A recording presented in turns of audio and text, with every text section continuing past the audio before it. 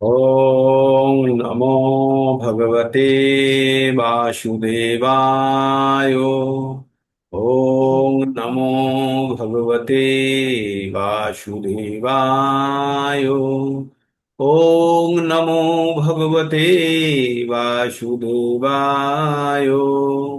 ॐ अज्ञानतिमिरान्धस्य ज्ञानाञ्जनशलाकया चक्षुरुन्मीलितं येन तस्मै श्री गुरुवे नमः।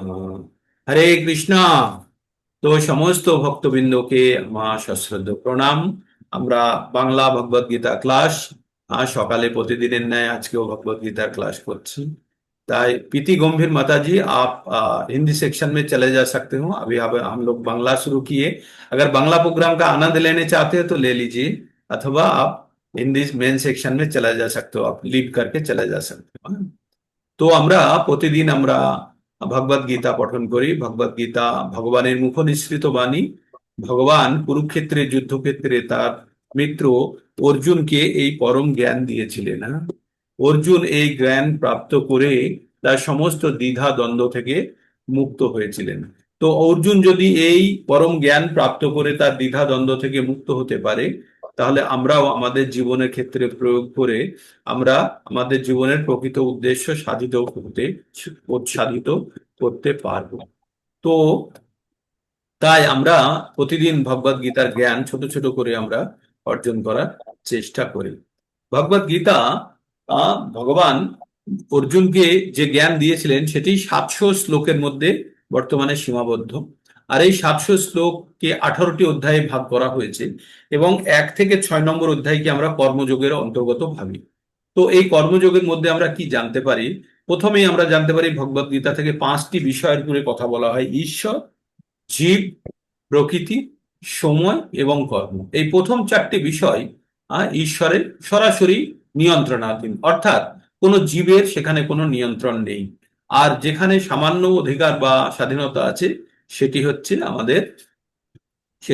আমাদের কর্ম। আর এই কর্মের ফল অনুযায়ী কর্ম 3 প্রকারের। কর্ম হচ্ছে সকাম কর্ম, বিকর্ম আর অকর্ম। বিকর্ম এবং সকাম কর্ম বন্ধনকারী, আমাদেরকে পুনরায় জন্ম মৃত্যুর চক্রে আবদ্ধ করে দেয়। কিন্তু আমাদের অকর্ম অকর্ম কিন্তু সর্বদা আমাদের এটি মুক্তি, অকর্ম সবসময় মুক্তি পথ প্রদান করে। অকর্ম কিভাবে আমরা করি? অকর্ম যেটি হচ্ছে সেটি ঈশ্বরের উদ্দেশ্যে কৃত কর্ম। তাহলে আমাদের কর্ম করার দরকার কি? এই যে প্রশ্ন উৎপন্ন হলো, কর্ম করলেই যদি আমাদের পাপ বা পুণ্য বা যদি বন্ধন হয়, তাহলে আমাদের কর্ম করার প্রয়োজন কি? তাই ভগবান বললেন যে কর্ম করো, কিন্তু কর্মের ফল তুমি গ্রহণ করো না, তার জন্য আমি তোমাকে ব্যবস্থা দিচ্ছি। আর ভগবান কি বললেন?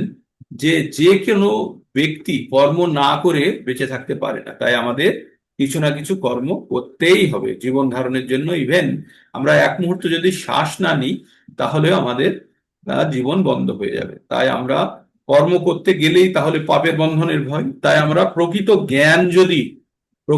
জ্ঞান যদি আমরা আরোহণ করতে পারি, পাপ পুণ্যের বন্ধন থেকে আমরা মুক্ত হতে পারবো। তাই 5 নম্বরে আমরা 5 নম্বর অধ্যায় পড়ছি। 5 নম্বর অধ্যায়ের 10 নম্বর শ্লোকে আমরা কি পড়লাম? ব্রাহ্মণ্যধায় কর্মাণি সঙ্গম তত্ত্ব করোতি যা লিপ্যতে নাশ পাপেন পত্র পদ্মপত্রম বিমম্বসা। তাই ভগবান বললেন যে যারা যারা সমস্ত কার্য ভগবানকে অর্পণ করে, সমস্ত কার্য যখন ভগবানকে অর্পণ করে যখন আমরা কাজটি করি, তো তাতে যদি ছোটখাটো পাপও থাকে, তাহলেও সেগুলো আমাদেরকে ছুঁতে পারে না। যেমন পদ্মের পাতা জলের মধ্যে থেকেও ভেজে না, তেমনি তেমনি আমাদের আমাদের আমরা ভগবানের সেবায় যদি কোনো রকমের ছোটখাটো ত্রুটি থাকে, সেটিও সেটি তার জন্য তাকে পাপ ভোগ করতে হয় না।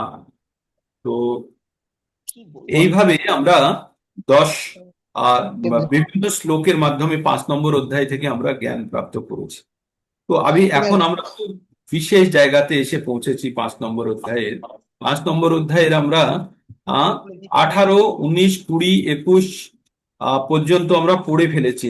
আমরা খুব গুরুত্বপূর্ণ জায়গাটির মধ্যে দিয়ে এখন প্রবাহিত হচ্ছি। গুরুত্বপূর্ণ জায়গাটি শুরু হয়ে গেল, মানে সব জায়গাটাই গুরুত্বপূর্ণ, কিন্তু আমরা বিশেষভাবে আমরা জানতে পারলাম 16 নম্বর থেকে অ্যাকচুয়ালি শুরু হয়। জ্ঞানেন তু তদ জ্ঞানং যেষাং নাশিত আত্মনঃ তেজামাদিত্য জ্ঞানং প্রকাশয়তি তৎপরম।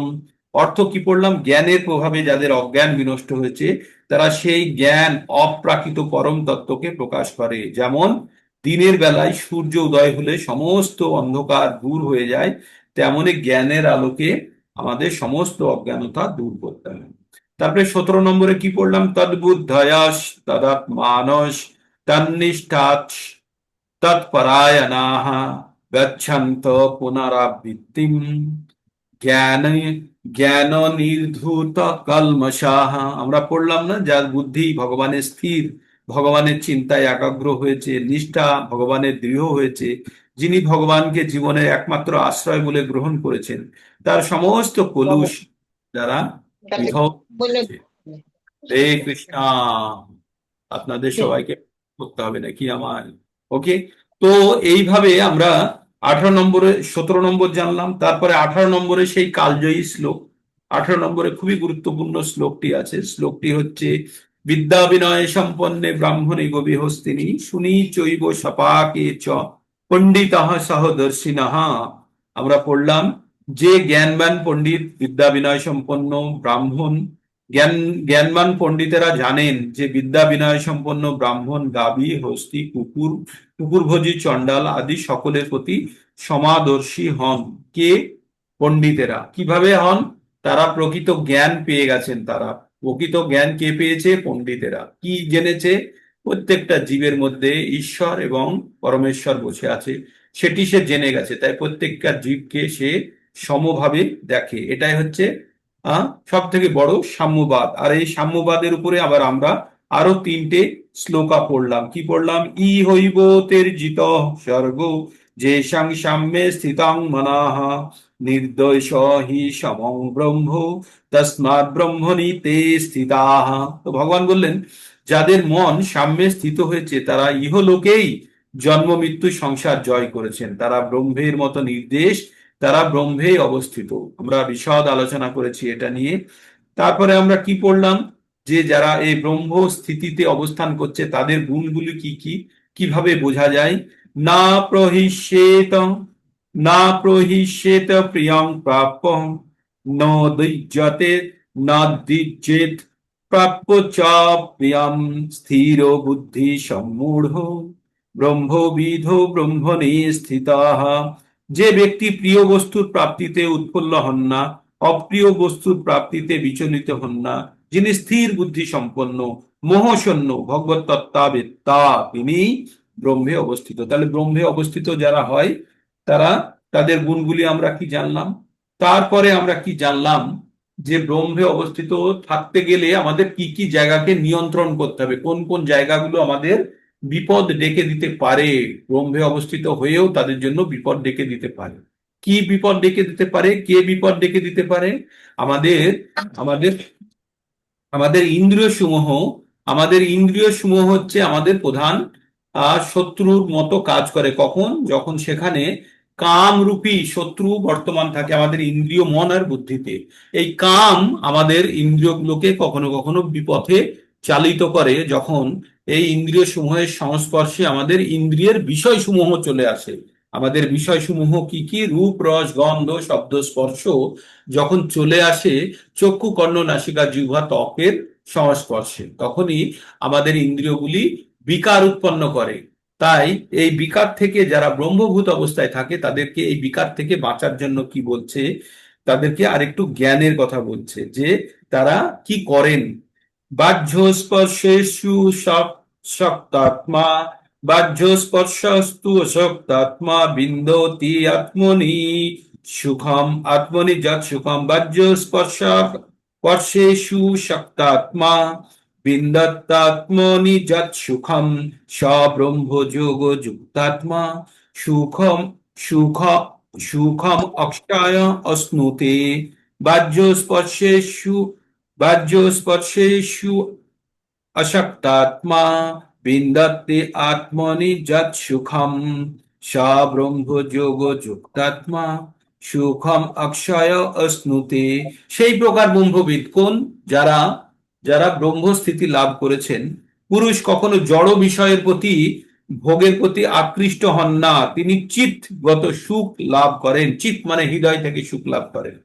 হ্যাঁ, এইভাবে ব্রহ্মে যুক্ত হয়ে তিনি অক্ষয় সুখ ভোগ করেন। কালকে বিশদ আলোচনা করেছি ভরত রাজা সম্বন্ধে, তার পিতা ঋষভদেব কি বলেছিলেন সেগুলোও পড়েছি। নায়ং দেহে দেহে ভুজং নীল্লোকে কষ্টান কামান অর্হতি বিভুজং, যে এই শ্লোকটিও আমরা পড়েছি, তার আবার ব্যাখ্যা পড়েছি ভাগবতমের 5.5.1 শ্লোকটি।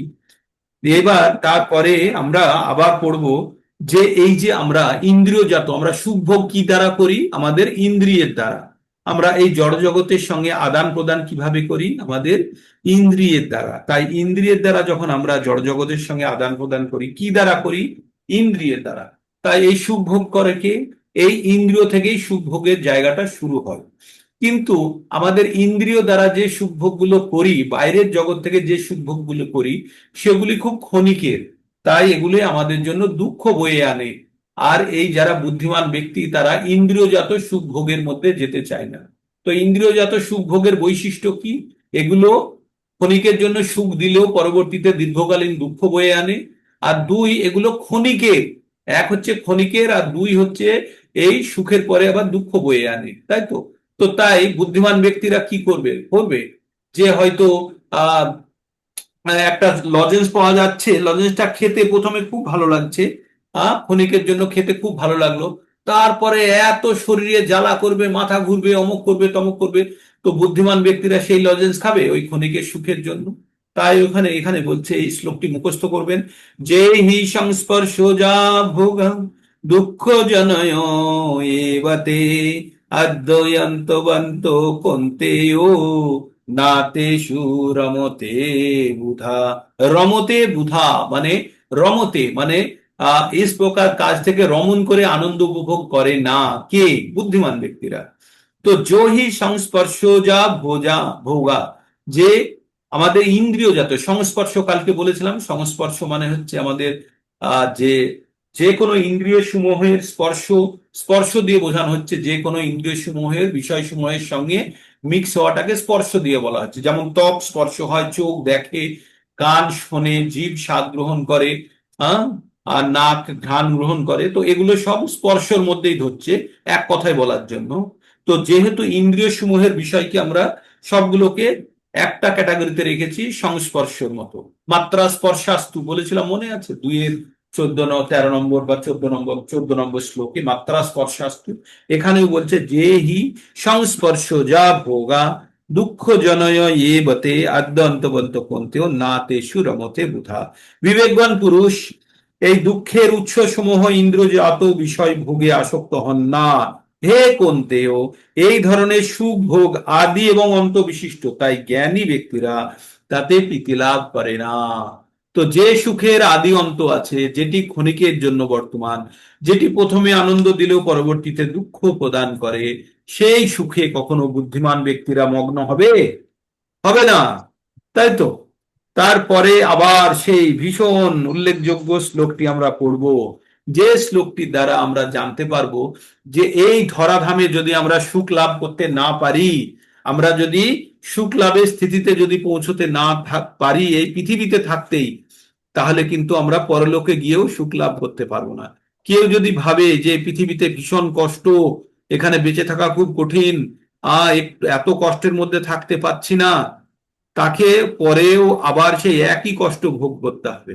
তাই আমাদের কষ্টের উৎসগুলোকে দূর করতে হবে। আমাদের কষ্টের উৎসগুলো কি কি, সেইগুলোকে আমাদেরকে দূর করতে হবে। আমাদের কষ্টের উৎস হচ্ছে আমাদের কাম, আমাদের ইন্দ্রিয় তৃপ্তি করার প্রবল ইচ্ছা, আমাদের দৈহিক সুখ ভোগের ইচ্ছা। আর এই সুখ ভোগগুলি খুব ক্ষণিকের হয়। আর এই সুখ, ক্ষণিকের সুখ কি করে? আমাদেরকে পরবর্তীতে দীর্ঘকালীন দুঃখের মধ্যে ঠেলে দেয়। আর আমরা প্রতি মুহূর্তে নিজেকে দোষ দিতে থাকি। একদম দোষ দেবেন না, ভাবতে শুরু করুন ভগবান এই এই যে আমরা কষ্ট পাই এই জড় জগতে, তার দুটো কারণ। ভগবান আমাদেরকে প্রত্যেক মুহূর্তে মনে করিয়ে দেয় যে এই জগৎটি আনন্দের বা সুখ পাওয়ার জন্য নয়। এই জগতের নাম হচ্ছে দুঃখালয়ং অশাশ্বতম। তাই তুমি অধ্যায় 23। এই জড়জগতে স্থায়ী ব্যবস্থা করার চেষ্টা করো না। এখানে তুমি ভেবো না যে এখানে আমি স্থায়ী হয়ে যাব, এটা একটি অস্থায়ী জায়গা। আপনারা যখন কোথাও বেড়াতে যান, রেলওয়ে স্টেশনে বসে আছেন, তো রেলওয়ে স্টেশনে যেখানে বসে আছেন, যে প্ল্যাটফর্মে যে সিটটায় বসে আছেন, সেই সিটটার আশেপাশে যদি কোনো একটু হালকা নোংরা টোংরা বা কিছু যদি পড়ে থাকে, তাহলে কি আপনারা ঝাড়ু বার করে ওই জায়গাটাকে পরিষ্কার করতে শুরু করেন? আপনারা না করেন না, কারণ আপনারা জানেন একটু সরে বসেন, জানেন যে আমার ট্রেন আসলেই আমি উঠে চলে যাব, এটা আমার পার্মানেন্ট জায়গা নয়, তাই তো? কিন্তু ট্রেনে বসে যদি সিটে যদি একটা কাগজ টাগজ বা পাতা টাতা পড়ে থাকে, সেগুলোকে সরিয়ে দিয়ে মোটামুটি বসে আবার যেতে থাকেন। বা সিটের যদি খানিকটা জায়গা ছেঁড়া থাকে বা কোনো জায়গাতে যদি একটু ভাঙা মতো কিছু থাকে, তাহলে কি আপনি সঙ্গে সঙ্গে কাপড় জামা বার করে সেলাই করতে শুরু করেন? না, করেন না। আপনি নিজের মতো অ্যাডজাস্ট করে নেন, নিয়ে আপনি ভাবেন আপনার গন্তব্যস্থলে যাওয়ার জন্য, তাই তো? তো তাহলে আমরা এই পৃথিবীতে এসে আমরা যদি ভাবি যে এখানে আমাদের সেট হতে হবে, সেই জন্য মাল্টি স্টোরি বিল্ডিং এর উপরের পর বিল্ডিং এর পর বিল্ডিং, বিল্ডিং এর পর বিল্ডিং আমরা বানাতেই যাই, আর ভাবি যে এইখানে আমরা থাকবো, কেউ আমরা থাকবো না, আমাদের সকলকে এই ধরাধাম ছেড়ে একদিন চলে যেতে হবে, তাই তো? তো তার মানে আমাদের যদি চলে যেতে হয়, তাহলে আমরা কার জন্য এত সব জমাচ্ছি, এত সব করছি? যতখানি প্রয়োজন সেই তার মধ্যে আমরা যদি সীমাবদ্ধ থেকে আমরা যদি আমাদের জীবনের প্রকৃত উদ্দেশ্যকে যদি আমরা সাধিত করি, তাহলে আমাদের মনে হয় সেটি হবে সব থেকে বুদ্ধিমান ব্যক্তির কাজ। আর বুদ্ধিমান ব্যক্তি কি জানে? বুদ্ধিমান ব্যক্তি ক্ষণিকের সুখের জন্য নিজেকে ইনভলভ করে না। তাই কি পড়লাম আমরা? না তেষু রমতে বুধা। আমাদের প্রত্যেককে চলে যেতে হবে এখান থেকে। আমরা আমাদের যারা গুরুজন, দাদু, কাকা, জ্যাঠা, যাদের যারা যারা চলে গেছে, বা কারোর মা বাবা চলে গেছে, তো আমরা জানি তারা আর কোনোদিন ফিরবে না সেই রূপ নিয়ে। ফিরবে না। তারা এই যে তারা আমাদের জন্য এত কিছু করে গেছে, কোথায় তারা? তারা কি দেখতে পাচ্ছে আমরা কি করছি না করছি, বা আমরা তাদের দেওয়া জিনিসগুলো কিভাবে ভোগ করছি বা কিভাবে ব্যবহার করছি, অপব্যবহার করছি? কিচ্ছু না। তারা চলে গেছে। তারা যদি অন্য জীবন পেয়ে থাকে বা মুক্ত হয়ে গিয়ে থাকে ভালো, যদি মুক্ত হতে না পারে, যদি অন্য জীবন পেয়ে থাকে, তাহলে তারা সেই জীবন, এই পুরনো জীবনের কথা সব ভুলে গিয়ে আবার নতুন করে জীবন তারা যাপন করছে। তার মানে আপনাদের আগে বলেছিলাম না, এই রাজমিস্ত্রিরা কলকাতার মতো বড় বড় শহরে যেখানে বিল্ডিং হয়, সেখানে কি করে? তারা যখন বিল্ডিং তৈরি হয়, তখন একটা করে ঘরের, যখন কলকাতাতে বিল্ডিং তৈরি হওয়ার সময় প্রথমে কলম দেয় আর ছাদ দিয়ে পুরো স্ট্রাকচারটা বানিয়ে নেয়, নিয়ে তারপরে একটা ফ্লোরে আহ জানলা দরজা লাগানো দেওয়াল তৈরি করা শুরু করে। তো এই রাজমিস্ত্রিরা কি করে? মনে করুন একটা 10 তলা বিল্ডিং হবে, তো প্রথমে যখন 3 তলা পর্যন্ত যখন এদের ছাদ হয়ে গেছে, তখন কি করে? একটার পর একটা ফ্লোরিং করতে থাকে। তো ওরা দোতলাতে বা 3 তলার নিচে ওইখানেই ওরা থাকতে শুরু করে, মাদুর ফাদুর বিছিয়ে ওরা থাকতে শুরু করে, রান্না বান্না করে, ওইখানেই থাকে। তারপরে যখন বিল্ডিং কাজ শুরু হয়ে যায়, সব কাজগুলো এখানে থেকে থেকে করতে থাকে। যখন বিল্ডিংটা কমপ্লিট হয়ে যায়, তখন ওরা বিল্ডিংটা ছেড়ে আবার আর একটা নতুন বিল্ডিং এ কাজ করতে শুরু করে। তার মানে ওরা যখন এই বিল্ডিং এ থাকে, তখন ওরা ভাবে না এটা ওদের বিল্ডিং, কিন্তু যখন কাজটা করে, তখন ওরা বলে যে আমরা এই বিল্ডিং এর জন্য কাজ করছি, ঠিক? তো তেমনই আমরা এই জগতে, আমরা সংসারে গোছানোর জন্য এই করি সেই করি, সবকিছু গোছানো যখন কমপ্লিট হয়ে যায়, তখন আমরা ঠিক ছেড়ে আবার আমরা আর একটা নতুন বিল্ডিং তৈরি করার জন্য নতুন জীবন নিয়ে চলে যাই, তাই না? তখন আমরা ভুলে যাই যে এই জীবনের জন্য আমরা কত কিছু করেছি। তাই যারা বুদ্ধিমান ব্যক্তি, তারা যদি এই জীবনে থাকতে যদি সুখ অনুভব করতে না পারে, তাহলে তারা পরবর্তীতেও সুখ বা শান্তি অনুভব করতে পারবে না। তাহলে আমাদের খুঁজতে হবে সুখের প্রকৃত উৎস কোথায়, সুখের প্রকৃত উৎস কোথায়। তো আমরা, তাই আমরা কি জানবো? এবার 23 নম্বর শ্লোকটি পড়বো। স্বপ্নতি হইব যো সড়ুম, স্বপ্নতি হইব যো সড়ুম, পাক শরীরম বিমক্ষণা, পাক শরীর বিমক্ষণা, স্বপ্নতি হইব যো সড়ুম, প্রাক শরীর বিমক্ষণা, কাম ক্রোধোদ্ভবং বেগম, সযুক্ত স সুখী নরঃ। শক্নোতি স্বপ্ন শক্নোতি হইব যো সড়ুম, পাক শরীর বিমর্শনাৎ কাম ক্রোধোদ্ভবং বেগম সযুক্ত সা সুখী নারা। শক্নৌতি, শক্নৌতি মানে হচ্ছে সক্ষম, ইবো এই, আর জো মানে যিনি, সরুম মানে সহ্য করতে পারে, তাহলে শক্নিত হইব জো সরুম মানে এই শরীরে যে কষ্ট সহ্য করতে পারে। পাক শরীরম বিমর্শনাৎ অর্থাৎ শরীর ত্যাগ করার পূর্বে, আমরা এই শরীর ত্যাগ করার পূর্বে যদি আমরা কি সহ্য করতে পারি, কাম ক্রোধ থেকে উদ্ভব বেগ আমাদের, আমরা যে কোনো কাজ করি তার কারণে একটা বেগ উৎপন্ন হয় আমাদের শরীরের মধ্যে। কি বেগ? কাম থেকে ক্রোধ থেকে আমাদের যে বেগ উৎপন্ন হয়, সেই বেগের ফলে আমরা কিছু কাজ করি, করে আমরা পরে আবার দুঃখ পাই। তাই বলছে যারা কাম ক্রোধকে যারা নিয়ন্ত্রণ করে ফেলেছে। আচ্ছা, আমাদের এই কাম ক্রোধ কোথায় থেকে আসে আমাদের মধ্যে, কেউ বলতে পারবেন? এই কাম ক্রোধ আমাদের মধ্যে কোথায় থেকে আসে? হুম, মনে কোথা থেকে আসে আমাদের উম, কাম? কোথায় থেকে আসে আমাদের মধ্যে, কোথায় থেকে উৎপন্ন হয়? আহার আর সঙ্গ। রজগুণের প্রভাবে, তাই না? রজগুণের প্রভাবে কাম আর ক্রোধ আমাদের মধ্যে পরিবর্তিত হয়, আমাদের প্রেম থেকে কামে পরিণত হয়। আর কাম যদি না মেটে তাহলে ক্রোধ হয়। আপনাদের 3 নম্বর অধ্যায়ের শ্লোকগুলি মুখস্থ করতে হবে, ভুলে গেলেন তো? অর্জুন তো ভগবানকে জিজ্ঞেস করলেন, অথক কেন, 34 নম্বরে সম্ভবত, অথক কেন উপযুক্ত হয়ং পাপং চরতি পুরুষঃ।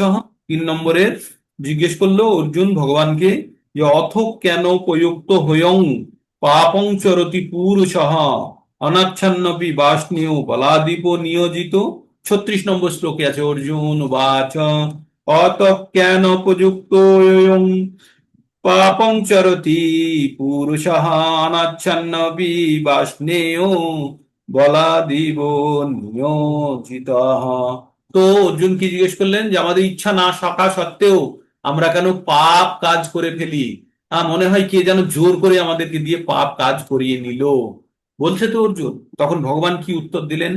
শ্রী ভগবান উবাচ কাম এষ ক্রোধ এষ রজগুণ সমদ্ভব মহাশন মহাপাপম বিদ্যে নৈম বৈরিনাম। ভগবান বললেন এই কাম আর ক্রোধ রজগুণ থেকে উৎপন্ন হয়। কোথা থেকে উৎপন্ন হয়? রজগুণ সমদ্ভব, রজগুণ থেকে উদ্ভব হয়। আর মহাশন সর্বগ্রাসী, মহাপাপী, অত্যন্ত পাপ আচরণ করায়। এই বিদ্যে নই, তুমি জেনে রেখো এটি তোমার প্রধান শত্রু। তাহলে জীবের প্রধান শত্রু কে হলো? আমাদের জীবের প্রধান শত্রু হলো আমাদের কাম। কাম ক্রোধ কোথায় থেকে উৎপন্ন হয়? রজগুণ থেকে উৎপন্ন হয়। রাজগুণ থেকে। কোথায় থেকে পাই আমরা রজগুণ? পাই প্রকৃতি থেকে। আমরা যে আহার আর যে সঙ্গ লাভ করি তার থেকে আমাদের মধ্যে রজগুণ উৎপন্ন হয়। তাই এখানে কাম আর ক্রোধের বেগকে যদি আমাদেরকে নিয়ন্ত্রণ করতে হয় তাহলে কি করতে হবে? আমাদের যদি বাঁধ ভাঙার ভয়, কেন? প্রচুর জল চলে আসছে বলে। তো বাঁধ আমি যতই শক্তিশালী করি তবুও জল ঢুকে পড়ছে, আমাদের বাঁধের পুরো চাপ সৃষ্টি করছে। তাহলে কি করতে হবে? জল যাতে প্রথমেই না ঢুকতে পারে, তাহলে সেই রাস্তাগুলো বন্ধ করতে হবে যাতে আমাদের নদীতে জল না ঢুকতে পারে, তাই তো? তো সেই জন্য কি করতে হবে? আমাদের নদীতে জল ঢুকে কোন দিক দিয়ে? আমাদের নদীতে জল ঢুকছে আহার আর সঙ্গের মাধ্যমে। তাহলে আহার আর সঙ্গ আমাদের যদি ফিল্টার করা হয়, আহার যদি আমাদের রজগুণ বর্জিত হয়, আহার যদি আমাদের, সঙ্গ যদি আমাদের রজগুণ বর্জিত হয়, চায়ের দোকান থেকে যদি আমরা পার্টির কথা ডিসকাশন করার পরিবর্তে যদি আমরা কোনো জায়গায় বসে ভগবানের কথা আলোচনা করি, মন্দিরে বসে যদি আমরা ভগবানের জপ করে আলোচনা করি, ভগবান সংক্রান্ত ভগবানের মহিমা গুণগান করি, তাহলে কিন্তু আমাদের মধ্যে আর রজগুণ প্রবেশ করতে পারছে না। আমরা যদি প্রসাদ আহার গ্রহণ করি, প্রসাদম ভগবানকে অর্পিত খাদ্য আহার গ্রহণ করি, তাহলে কিন্তু আমাদের মধ্যে রজগুণ। কিন্তু ওই যদি আমরা হোটেলে গিয়ে চাউমিন চিকেন তন্দুরি বা এই ধরনের যত রজগুণের খাবার যখন আমরা গ্রহণ করছি, তখন কিন্তু আমাদের মধ্যে এই রজগুণ প্রবেশ করছে। আর রজগুণের প্রভাবে আমাদের মধ্যে কাম এবং ক্রোধের উদ্ভব হচ্ছে। তাই যারা বুদ্ধিমান ব্যক্তি, যারা সুখ শান্তি চায়, তাদেরকে এই পৃথিবীতে থাকতেই তাদেরকে কাম আর ক্রোধের বেগকে সহ্য করতে শিখতে হবে। তাহলে বুদ্ধিমান ব্যক্তিরা কি করবে?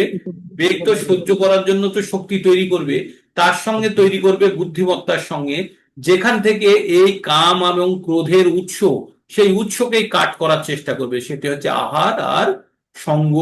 এই আহার আর সঙ্গকে যদি আমরা নিয়ন্ত্রণ করতে পারি, তাহলে আমাদের মধ্যে কাম, কাম কাকে বলে? আমাদের ইন্দ্রিয়, আত্ম ইন্দ্রিয় প্রীতি বাঞ্ছা তারে করে প্রেম, তারে কহে প্রেম। আত্ম ইন্দ্রিয় প্রীতি বাঞ্ছা, আমাদের নিজস্ব ইন্দ্রিয় সমূহকে আনন্দ প্রদান করার জন্য যে কাজগুলো করি সেগুলোকে বলছে কাম। আর কৃষ্ণ ইন্দ্রিয় প্রীতি বাঞ্ছা ধরে প্রেম ও নাম।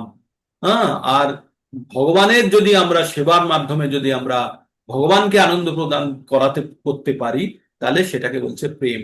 প্রেম মানে হচ্ছে ভগবানের ভক্তি, হচ্ছে ভগবানের প্রেমময়ী সেবা। আর প্রেম শুধু ভগবানের সঙ্গেই হয়, আর কারোর সঙ্গে প্রেম হয় না। বাকি যাদের সঙ্গে হয় সব কাম, নেওয়া দেওয়ার বিচার, শুধু চাই তবেই দেব।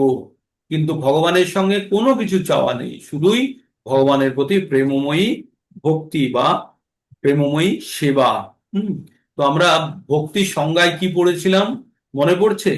যে আহ সর্ব উপাধি বিনির্মুক্তম, সব ধরনের উপাধি থেকে মুক্ত হয়ে কি পড়েছিলাম? সর্ব উপাধি বিনির্মুক্তম তৎপরাত্মেন নির্মলম ঋষিকেন ঋষিকেশ সেবনাং ভক্তির উচ্চতে। তো ঋষিকেশকে ভগবান, আর তার ইন্দ্রিয় সমূহের তৃপ্তি বিধান করার জন্য আমাদের ইন্দ্রিয় দ্বারা যখন ভগবানের ইন্দ্রিয় বিধান বিধান তৃপ্তি বিধান করার চেষ্টা করি, তখন সেটাকে বলা হয় প্রেম। আর প্রেম যখন ভগবানকে, যখন আমরা ভগবানের ইন্দ্রিয় তৃপ্তির জন্য চেষ্টা করি, ভগবান যতখানি আনন্দ উপভোগ করে, তার থেকে যে ভগবানকে সেবা প্রদান করে সে তার থেকে বেশি আনন্দ উপভোগ করে।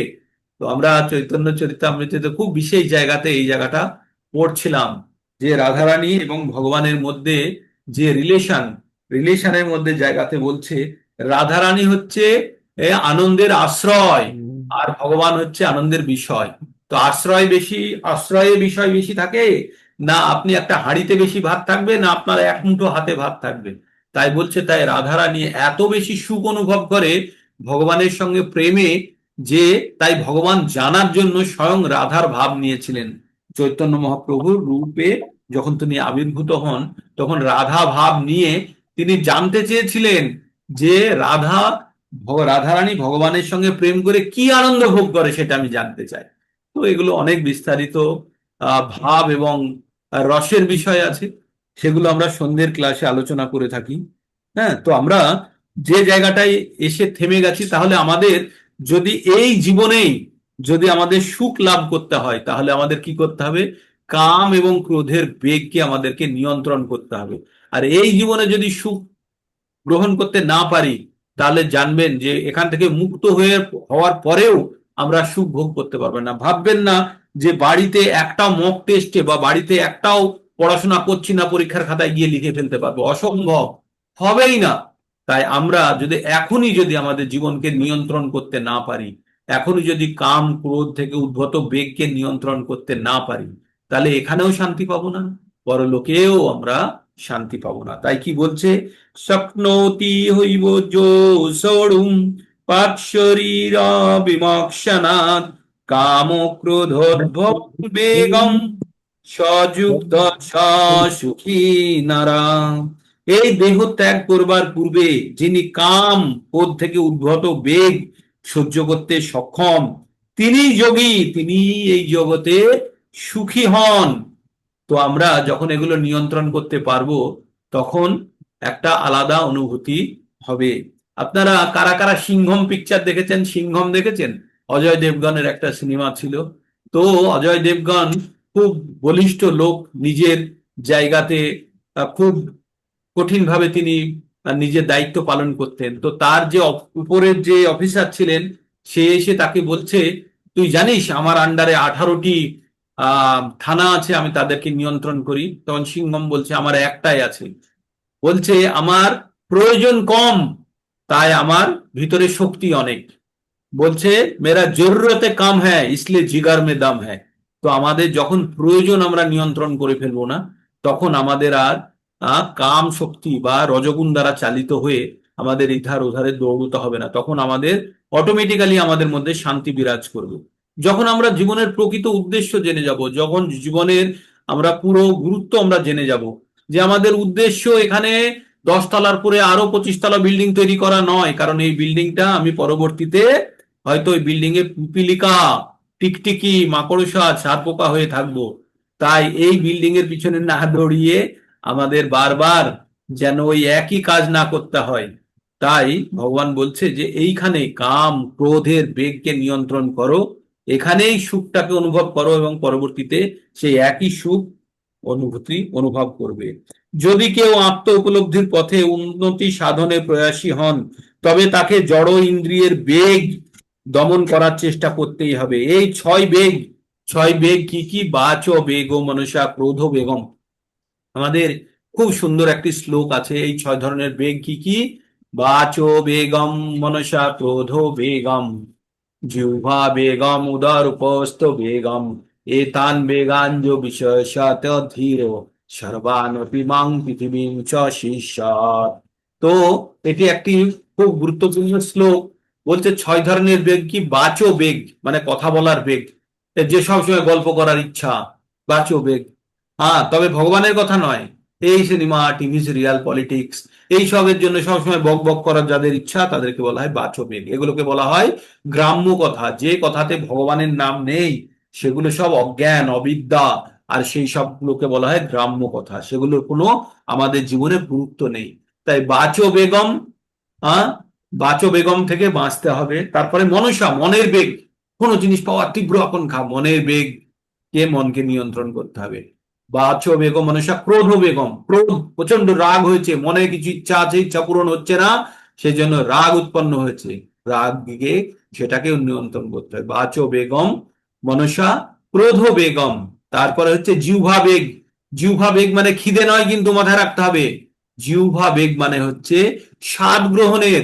চোখে দেখে খিদে পায় না কখনো কখনো, এই জিলিপি ভাজছে, অমৃতি ভাজছে, দেখে খাওয়ার ইচ্ছা, জিভে জল চলে আসা, এটা হচ্ছে জিহ্বা বেগ। তাই আমাদের জিহ্বা বেগকে আমাদের নিয়ন্ত্রণ করতে হবে। আমাদের শরীর ধারণের জন্য যেটা প্রয়োজন সেটা খান, কিন্তু জিহ্বার স্বাদের জন্য খাবেন না। আমরা যারা এই জড়জগতে আছি তারা বেশিরভাগই আমরা জিহ্বার স্বাদের জন্য খাই। আমরা জিহ্বার স্বাদের জন্য যখন খাই তখন কি হয় আমাদের? আমরা তখন আমরা আর ভালো মন্দ বিচার করি না, আমার জিহ্বাতে যেটা ভালো লাগবে সেটা আমরা গ্রহণ করতে শুরু করি। তাই জিহ্বা বেগকে আমাদের নিয়ন্ত্রণ না করতে পারলে আমাদের আহারের প্রতি আমাদের নিয়ন্ত্রণ আসবে না। আচ্ছা, একটা জিনিস বলুন তো, আমরা খাদ্যের গুণ জন্য খাবার খাই বেশি, না খাবারটা টেস্ট লাগে বলে বেশি খাই? উদ্দেশ্য ছিল খাদ্যের গুণ, কিন্তু পরবর্তীতে কি হয়ে গেছে আমাদের? সেটি খাবারের টেস্টের জন্য আমরা খাবার খাই, তাই না? আমরা আজকাল যে খাবারগুলো খাই খাদ্যের গুণের জন্য খাই না, খাদ্যের স্বাদের জন্য খাই আমরা, তাই তো? আর খাদ্যের জন্য খাবার খেলে অটোমেটিক্যালি পেট ভরে যায়, তাই তো? আমাদের উদ্দেশ্য সাধিত হয়ে যায়, কিন্তু আমাদের খাবারটা খাওয়া উচিত জীবন ধারণের জন্য। তাই আমাদের ভগবানের উচ্ছিষ্ট, ভগবানকে অর্পণ করা আমাদের প্রসাদ গ্রহণ করা উচিত। তাই বলছে এই 6 ধরনের বেগের মধ্যে আর কি বেগ রইল জিহ্বার পরে? উদর। আচ্ছা, জিহ্বা আর উদর দুটো জিনিস। জিহ্বাতে স্বাদ আর উদরে হচ্ছে খিদে। যখন খিদে পাই তখন কিন্তু ও বলে না খাবারের টেস্ট কি, কারণ খিদে হচ্ছে পেট থেকে আসে, আর স্বাদটা হচ্ছে আপনার জিহ্বা। আর জিহ্বার কাছে খবর আসে মস্তিষ্ক থেকে বা মন থেকে। জিহ্বার কাছে খবর আসে এই ওইটা রান্না হচ্ছে, নাক খবর দিয়ে দেয়, চোখ খবর দিয়ে দেয় গাছের আমটা কি পেকেছে দেখ, নাক খবর দিয়ে দেয় দেখ একদম কষেছে, কিছু সুন্দর গন্ধ বেরোচ্ছে। সেখান থেকে আমাদের জিহ্বাকে স্টিমুলেট করে বা উদ্দীপিত করে, আর যার ফলে আমাদের মনে জিহ্বায় জল চলে আসে। তো সেটা হচ্ছে জিহ্বার জন্য খাদ্য। আর উদরের জন্য খিদে পেয়েছে তাই আমাদের খেতে হবে। যখন খুব খিদে পেয়ে যায় তখন তরকারির টেস্ট আপনাদের মনে পড়ে? পড়ে না। তখন মনে হয় যে কিভাবে কি পেলে হবে। কালকে একাদশী যারা যারা করেছেন তারা তারা যারা দিতে যেতে চান দিয়ে চলে আসুন পালনের জন্য। ভগবানকে যারা ভোগ লাগাতে চাইছেন লাগিয়ে চলে আসুন। আমরা ছোট করে চেষ্টা করছি। তো তারপরে তাহলে আমরা যে খাদ্যগুলো গ্রহণ করি সেগুলো আমরা কিসের জন্য করি? জিহ্বার জন্য। আর জিহ্বা বেশিরভাগই জিহ্বার জন্য। জিহ্বার জন্য, জিহ্বাকে খুশি করতে গিয়ে আমাদের পেট অটোমেটিক্যালি ভরে যায়, কিন্তু আমরা বেশিরভাগই আমরা জিহ্বার স্বাদের জন্য। তাই জিহ্বাকে নিয়ন্ত্রণ করতে হবে। উদর, আমাদের অত্যাধিক আহার এবং একদম স্বল্প আহার থেকে বঞ্চিত থেকে আমাদের কি করতে হবে? যতখানি প্রয়োজন ততখানি আমরা খাদ্য গ্রহণ করব। আর কি ধরনের খাদ্য গ্রহণ করব? সাত্ত্বিক খাদ্য গ্রহণ করব। সাত্ত্বিক, যেটি ভগবানকে অর্পণ করা হয়েছে, সেই খাদ্যের গুণ আমাদেরকে শতগুণে উন্নীত করবে। আর শতগুণে হলেই আমাদের কাম ক্রোধের বেগগুলো অমনি অটোমেটিক্যালি কমবে। আর তারপর হচ্ছে উপস্থ বেগ বা যৌন বেগ, সেটিকেও আমাদেরকে নিয়ন্ত্রণ করতে হবে। তারও উৎস হচ্ছে এই রজগুণের প্রভাব যদি বেশি থাকে, তাহলে যৌন উদ্দীপনাও বেড়ে যায়। তার মানে আমাদের আহারটি অত্যন্ত গুরুত্বপূর্ণ। আহারের প্রতি যদি আমাদের নিয়ন্ত্রণ থাকে, মোটামুটি এই 6টি বেগকেই অনেকখানি কন্ট্রোল করা যাবে, অ্যাটলিস্ট পরবর্তী 4টে বেগকে। তাই এই 6টি বেগকে যারা সম্পূর্ণভাবে কন্ট্রোল করে নিয়েছে, তারা হচ্ছে কারা? তারা হচ্ছে গোস্বামী। তাদের বলা হয় গোস্বামী। আমাদের মহারাজরা সব গোস্বামী। তারা এই 6টি বেগকে যারা কন্ট্রোল করেছে, সে পৃথিবীতে যাকে খুশি শিষ্য বানাতে পারে। তো যারা দীক্ষা দেন, যারা দীক্ষা গুরু, তাদের অবশ্যই এই 6টি বেগ সম্পূর্ণভাবে নিয়ন্ত্রণে আসতে হবে। হ্যাঁ, তো শ্লোকটি কি?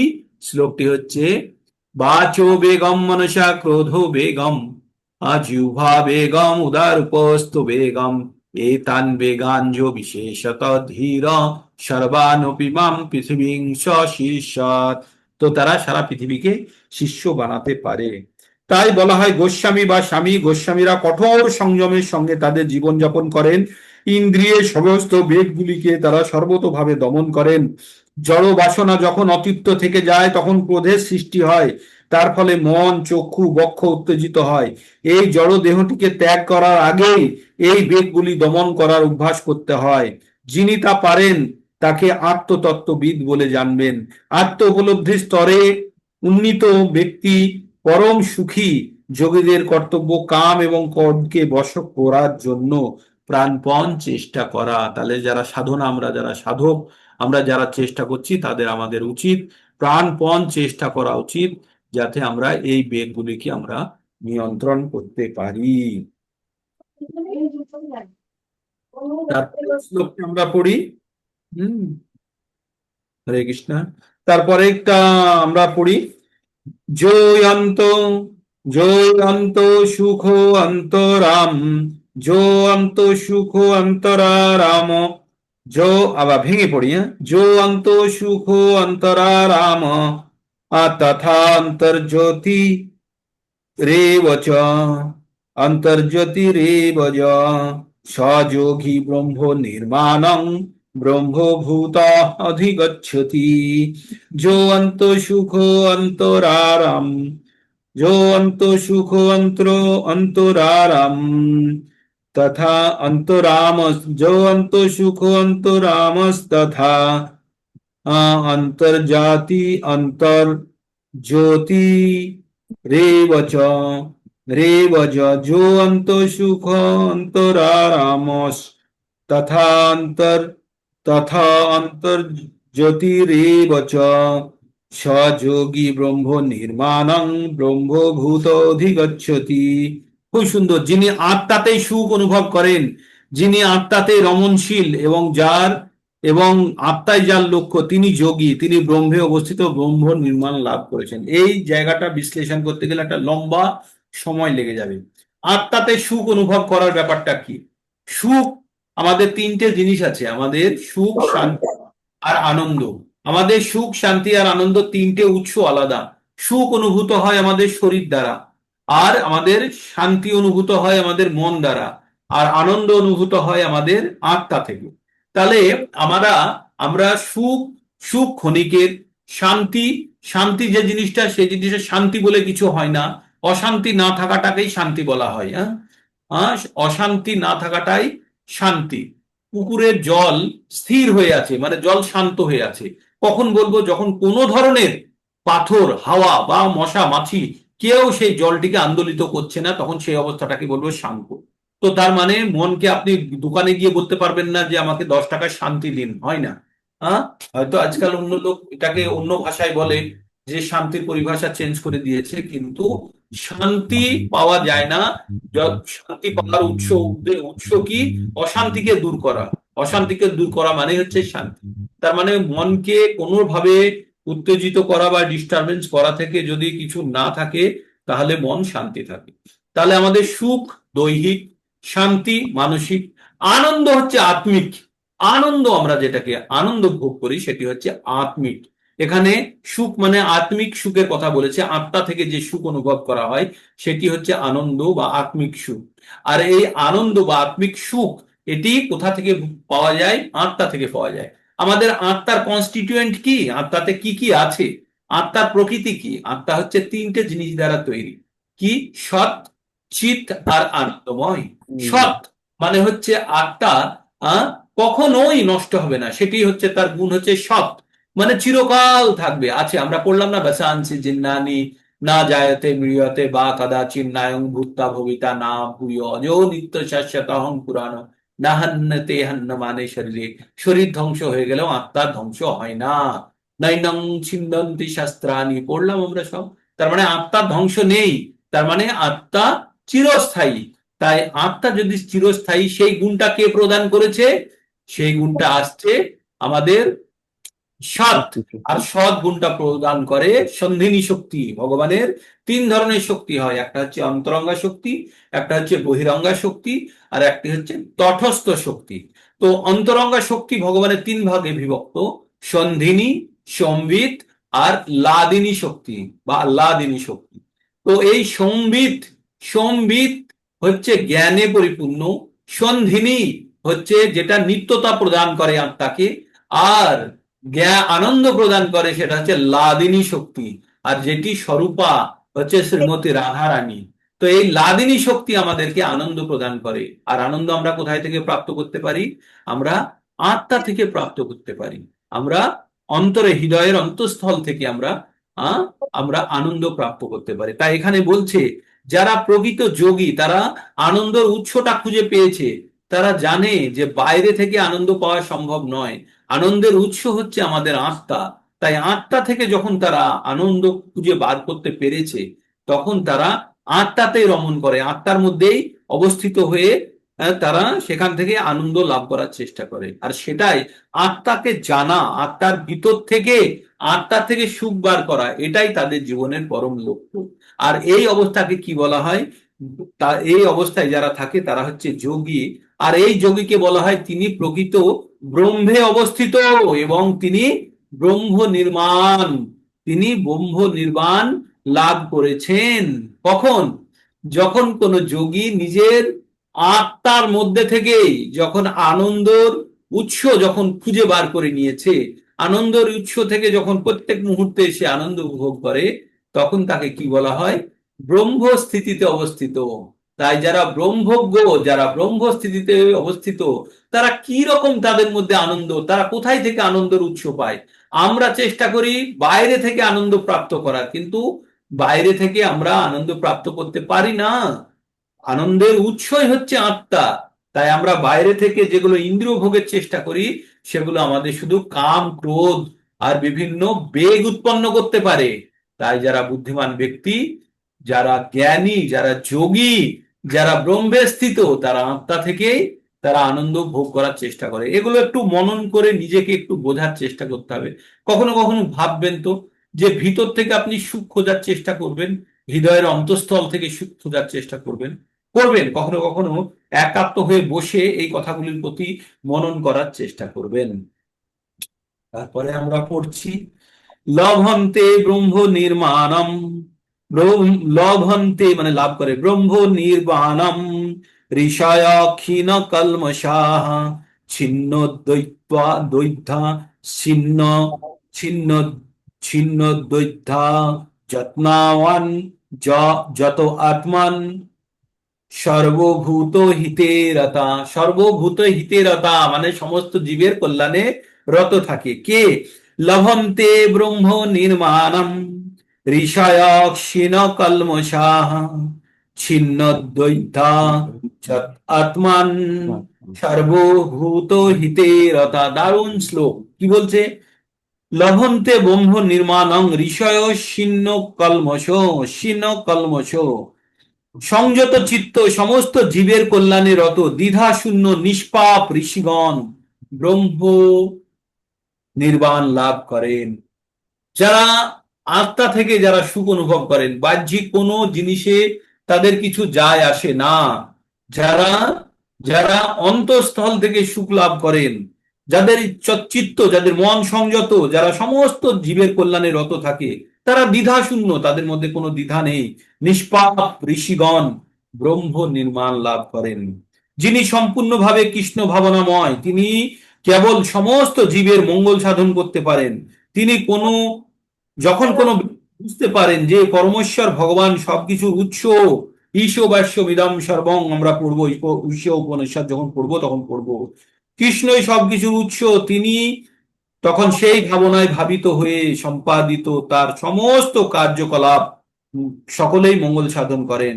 ভগবান শ্রীকৃষ্ণ যে পরম ভোক্তা, পরম ঈশ্বর, পরম সুহৃদ, সেই কথা ভুলে যাওয়ার ফলেই মানুষ নানা রকম কষ্ট ভোগ করে। আমরা আমাদের প্রকৃত পিতাকে ভুলে গেছি, আমরা নিজেদেরকে ভোগের স্থানে স্থাপিত করেছি, তাই আমাদের কষ্ট। আমরা যে ভুলে গেছি যে প্রকৃত ভোক্তা হচ্ছে ভগবান, আর আমরা হচ্ছি তার উচ্ছিষ্ট পাওয়ার যোগ্য।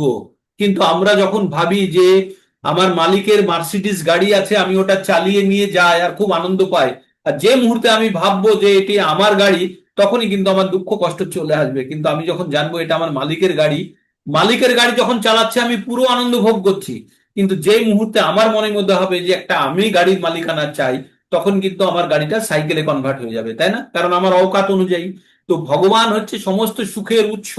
সমস্ত সুখ, সেই সুখকে আমরা অনুভব করতে পারি যখন আমরা ভগবানের সঙ্গে যুক্ত। কিন্তু যে মুহূর্তে আমরা ভগবানকে ঈর্ষা করব বা ভগবানের আছে আমার কেন নেই, এই রকম যখনই ভাবতে শুরু করব, তখনই কিন্তু আমরা দুঃখের উৎসটাকে আমরা তৈরি করে ফেলবো। তাই বলছে, যিনি সম্পূর্ণভাবে কৃষ্ণ ভাবনাময়, তিনি কেবল সমস্ত জীবের কল্যাণ সাধন করতে পারেন।